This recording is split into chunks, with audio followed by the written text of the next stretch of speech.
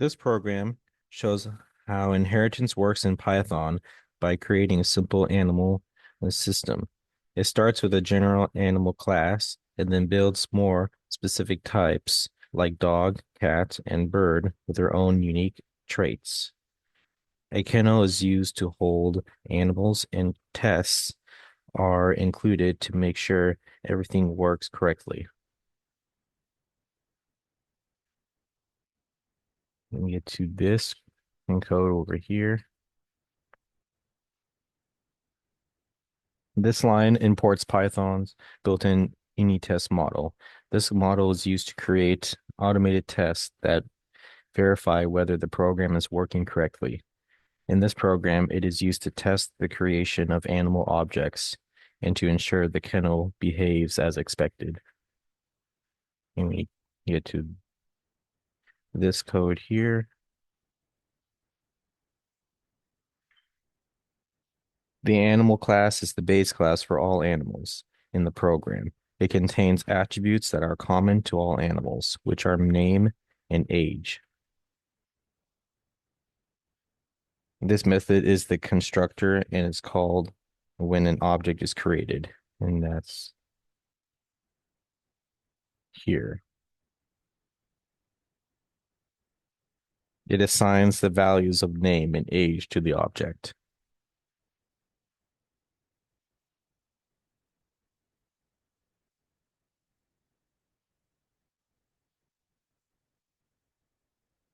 And then we get into the dog class over here.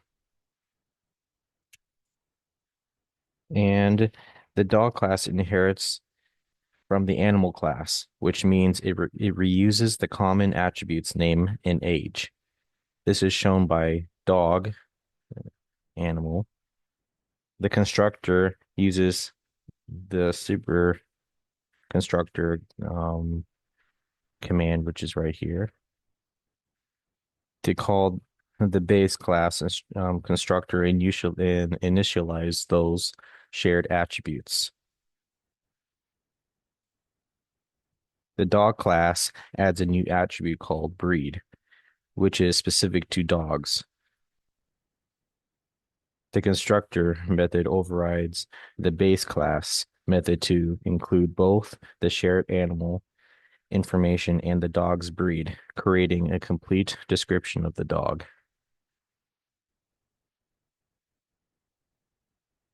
Down to the the cat class over here. The cat class also inherits from the animal class. It uses the base class constructor to initialize the shared attribute name and age.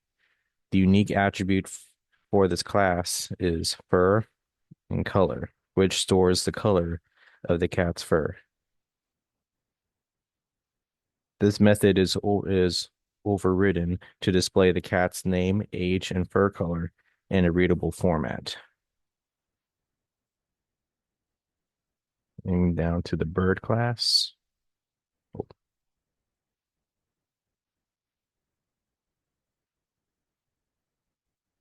The bird class over here. And all right, and that will be, and the bird class inherits from the animal class and reuses the shared attributes name and age. It introduces a new attribute called wingspan, which represents the size of the bird's wings. The constructor method is overridden to display the bird's name, age, and wingspan. This ensures that each animal type prints its own specific details along with the shared information. And down to the kennel class right over here.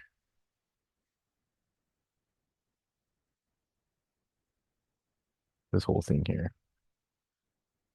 And the kennel class represents a container that can hold only one animal. In the constructor, self animal is set to none, which means the kennel starts empty. The add animal method checks whether the kennel already contains an animal. If it is empty, the animal is added and the method returns true. If an animal is already present, the method returns false, preventing a second animal from being added. This meets what is required, um, that only one animal can be stored. The method also returns a string representation of the kennel. If the kennel is empty, it displays kennel animal none. Otherwise, it displays the animal correctly stored in the kennel.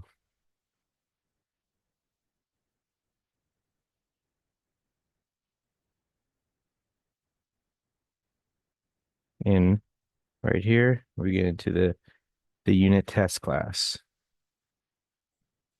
which is right over here. This class is used to group all unit tests for the program. It inherits from the unit test case, which provides methods for testing and verifying program behavior.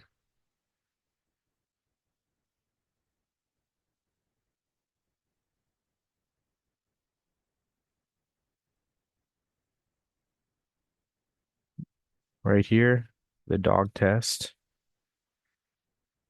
This test verifies that a dog object is created correctly. It checks that the name, age, and breed attributes match the expected values.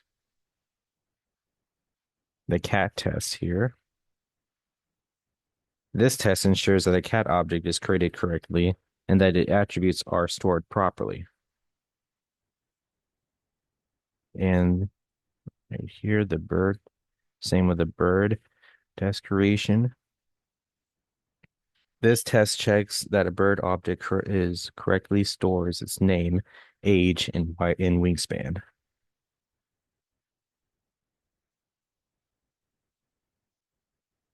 And the kennel add test. This test verifies that the kennel allows an animal to be added when it is empty. And the kennel restriction test. This test ensures right over here the kennel restriction test. This test ensures that the kennel cannot store more than one animal. After adding the first animal, attempting to add another should return false.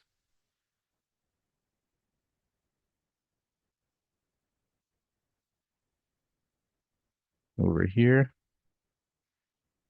the main function demonstrates how the program works.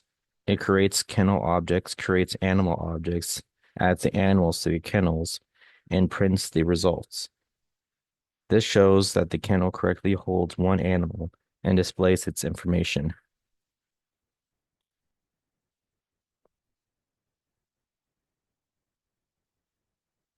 And then this right over here, this statement ensures that the main function runs only when the file is executed directly. It serves as the starting point of the program and allows the demonstration code to run. And after running the program, my output should look like this. Thank you for tuning into this video, and have a good rest of your day.